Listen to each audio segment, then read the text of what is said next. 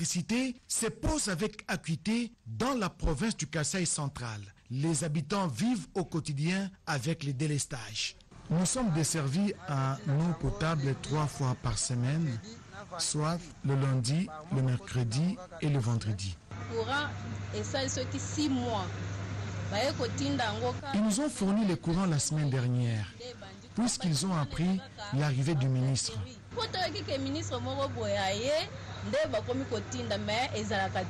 Le directeur provincial de la Société nationale d'électricité SNEL s'explique. Quand nous avons les produits pétroliers en quantité suffisante, nous augmentons le nombre d'heures de fonctionnement. Mais quand on n'en a pas en grande quantité, nous réduisons de manière à ce que nous puissions quand même alimenter tant soit peu notre population. Ou bien quand il y a la présence des autorités? Bon, la présence des autorités, oui, mais bientôt là, les ministres vont voyager. Mais nous allons continuer à les alimenter. Après une séance de travail de près d'1 heure avec les ministres des Ressources hydrauliques et électricité Olivier Mouinzé-Moukaleng, séance de travail organisée dans la salle de réunion du gouvernorat de province, le gouverneur intérimaire du Kasaï central, M. Batoussuila, a expliqué les difficultés auxquelles fait face sa province, notamment celles liées aux travaux d'infrastructure.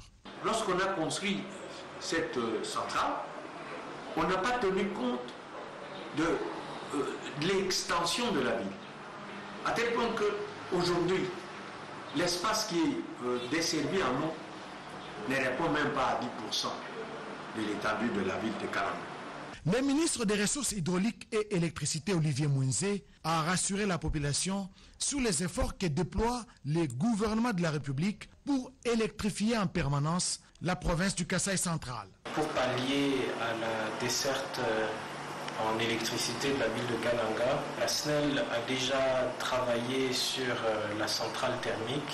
Je peux annoncer à la population de Kananga que très bientôt, avant la fin de cette année, la centrale thermique de Kananga pourra opérer avec 3 nouvelles machines de 800 kVA chacune. En attendant des jours meilleurs, la population est appelée à faire avec, avant bien sûr la fin des travaux de construction du barrage de Katende, une des solutions aux problèmes d'eau et d'électricité qui sévissent dans cette partie de la République. En 2030, la République démocratique du Congo devra atteindre le niveau assigné sur les objectifs du développement durable, notamment l'électricité qui est l'un des facteurs majeurs et irréversibles du développement économique, social, technique et culturel d'une nation. L'accès à l'électricité revient à répondre aux besoins essentiels de la population pour favoriser la cohésion sociale. C'est ce qui justifie la tenue de cet atelier organisé par la dynamique communautaire de cohésion sociale et le développement d'ICODE.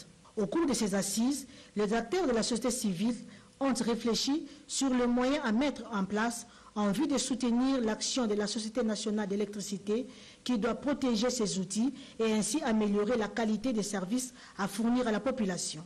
Si nous devons évaluer aujourd'hui le taux d'accès à l'énergie électrique dans notre pays, le taux est très faible. En tant que dynamique communautaire pour la cohésion sociale et le développement, nous avons décidé d'accompagner la communauté pour qu'elle puisse accéder aux services sociaux de base. La bonne foi déjà qui est exprimée par les dirigeants de la SNEL permettra à ce que nous puissions nous rapprocher pour trouver vraiment des solutions satisfaisantes. Les défis sont énormes et cela nécessite l'implication de tous. Pour ce faire, les acteurs de la société civile s'engagent à sensibiliser les communautés à vivre dans la cohésion sociale et contribuer à l'atteinte des objectifs de développement durable à l'horizon 2030.